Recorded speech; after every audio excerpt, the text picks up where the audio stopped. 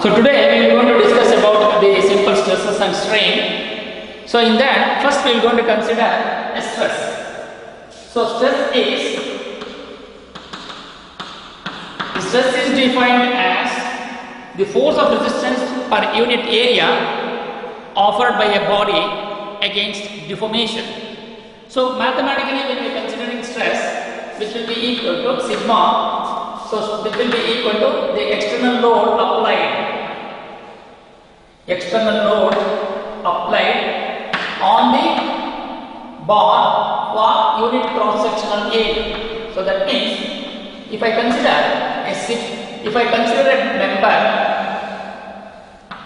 of a round bar, wherein you will have an external load which is applied, which is P, and this member has a cross section which will be a round cross section. Say for example, if I consider this, which is a round cross section having a diameter D. So stress is defined as the external load applied on the member. So since the load which is applied is P, and that will be P here, divided by the cross-sectional area. The cross-sectional area again depends upon the shape of the member. The shape of the member what we have considered here, it is a round bar. Since it is a round bar, the round will always have a diameter. So since it is a diameter, so the cross-sectional area will be equal to pi d square by 4.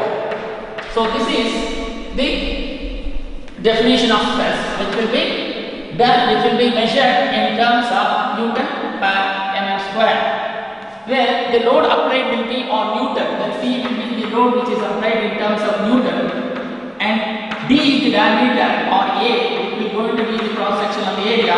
Since D is in mm, so you are going to consider this as mm square. So Newton per mm square will going to be the unit of stress. The next condition is, so here the unit of stress here P will be equal to, where P is the applied load or external force. P is applied load or external force,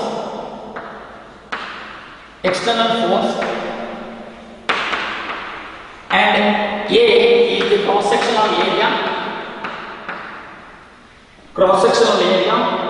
Here P which will be equal to P by A, which will be the cross-sectional area, which will be in terms of the unit is mm square, and since load is applied in Newton, so it will be Newton M. So this will going to be the unit of stress. Now the next condition is, now we are going to go for the strain. The strain is the ratio of change in length. So now we are going to consider the next topic here, which is the strain. The strain is defined as the ratio of change in dimension. The ratio of change in dimension to the original dimension. Change in dimension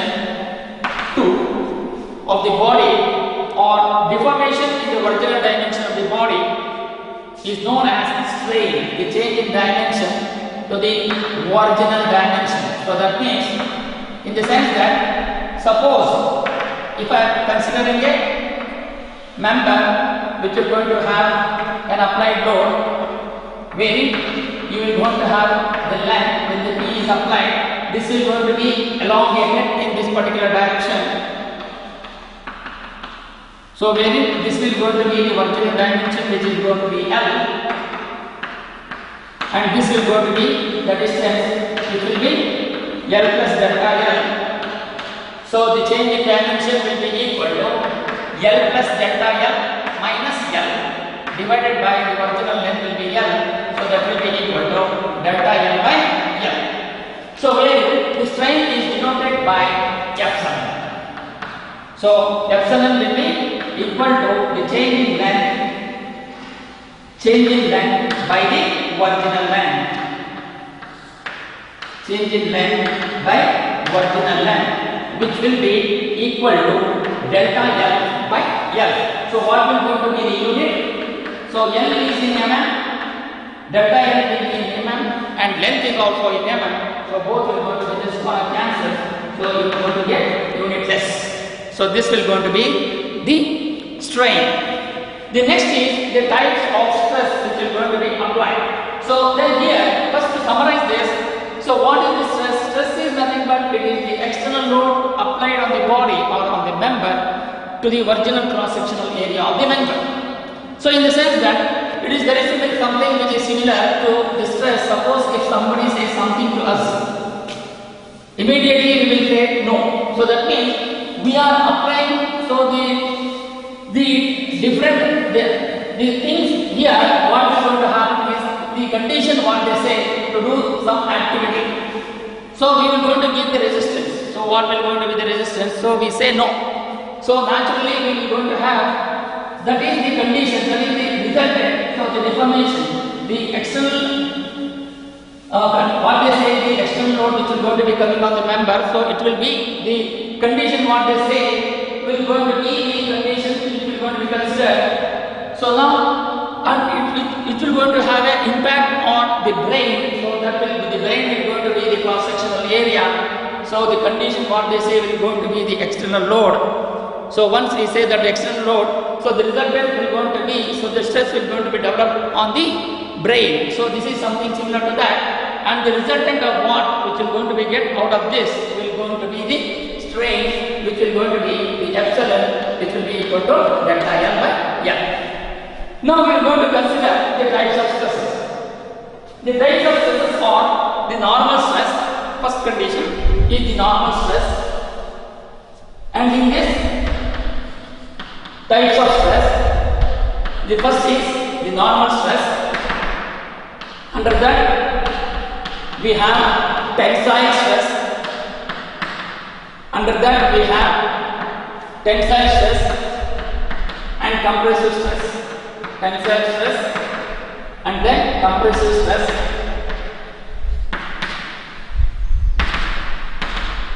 Then second one is shear or tangential stress. Shear or tangential stress.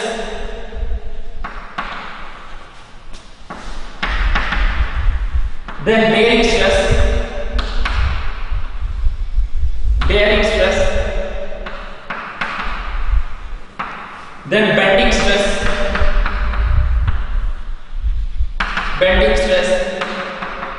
and the last one, twisting or torsional stress. Twisting or torsional stress. Similarly, we have the strain. Under that, we have different types of strains. The types of strains which are tensile strain, compressive strain,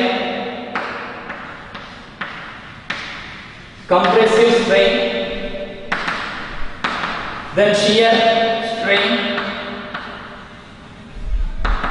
then volumetric strain,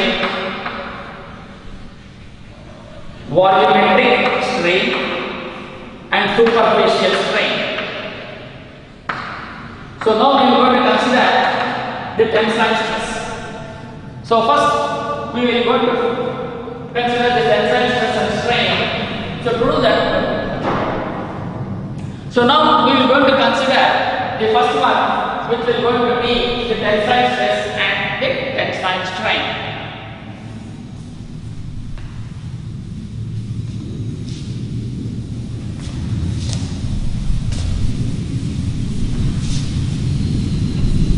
ಎಷ್ಟು ನಿಮಿಷ ಆಯಿತು? 10 minutes. Now, for first we are going to consider the tensile stress and tensile strain. So we have a member. We will consider the member.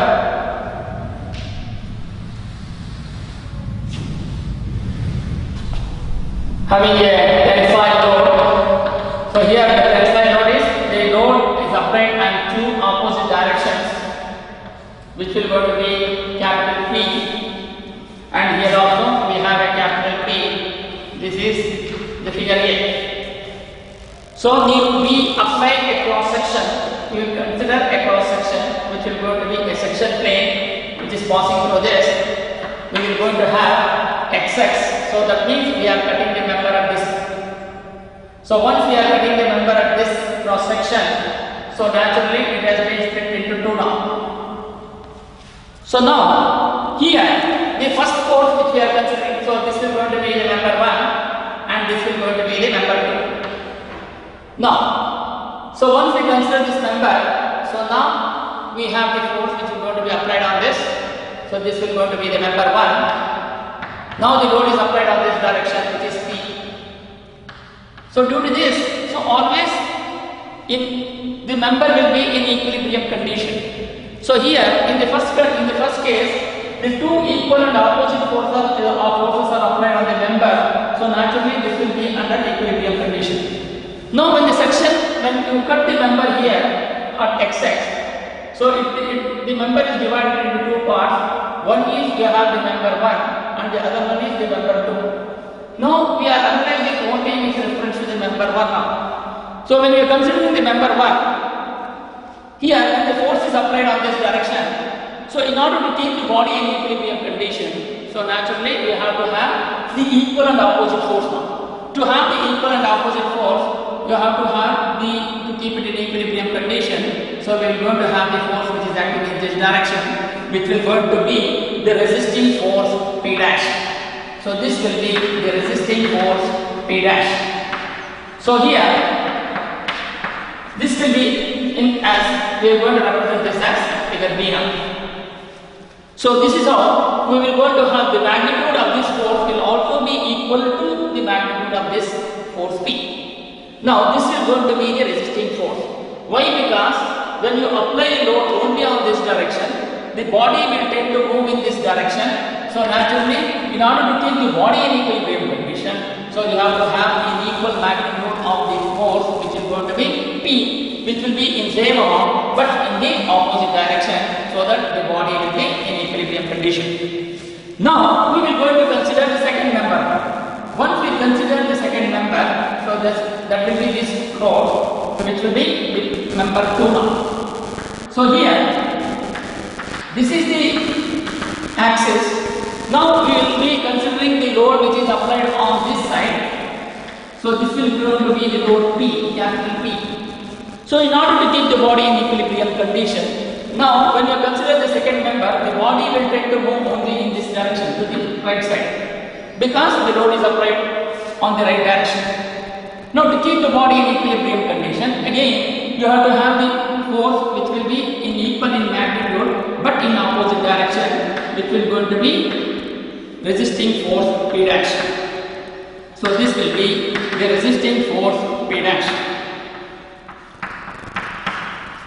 So now, so that the magnitude of both will be equal but in opposite directions, hence the body will be in equilibrium condition.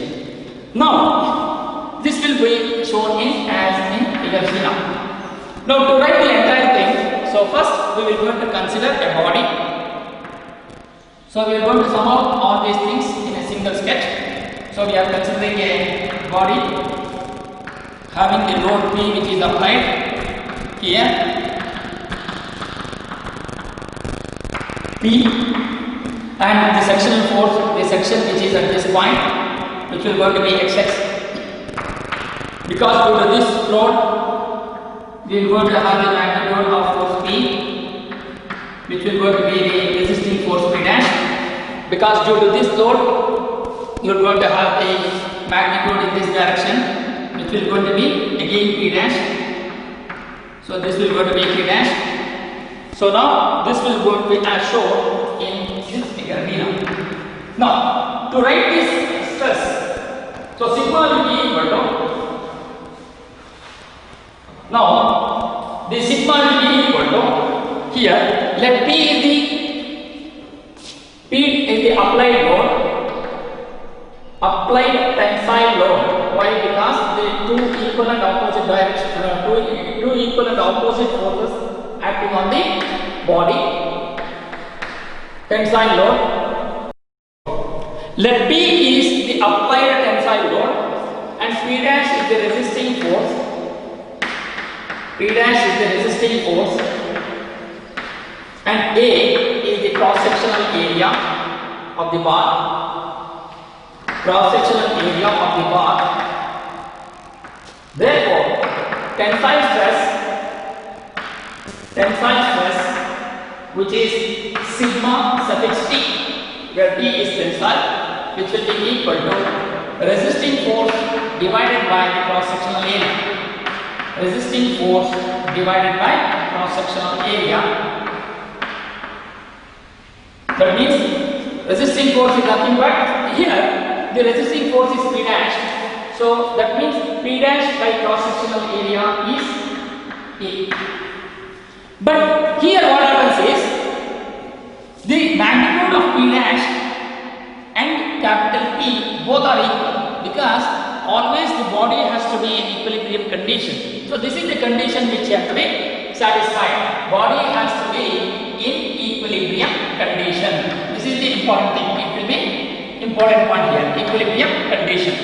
So this condition can be satisfied only when the magnitude becomes equal. That is, magnitude means the load. Suppose if I am applying 100 Newton here, so the resisting force should also be equal to 100 Newton only. Then only the body will be in equilibrium condition. So that means the value of capital P will be equal to the value of P dash. So that means because P dash is equal to P, therefore this can be written as P by capital A. Therefore tensile stress sigma T will be equal to applied load, which is capital P, by area of cross section, which will be capital A. So this will go to be your final expression for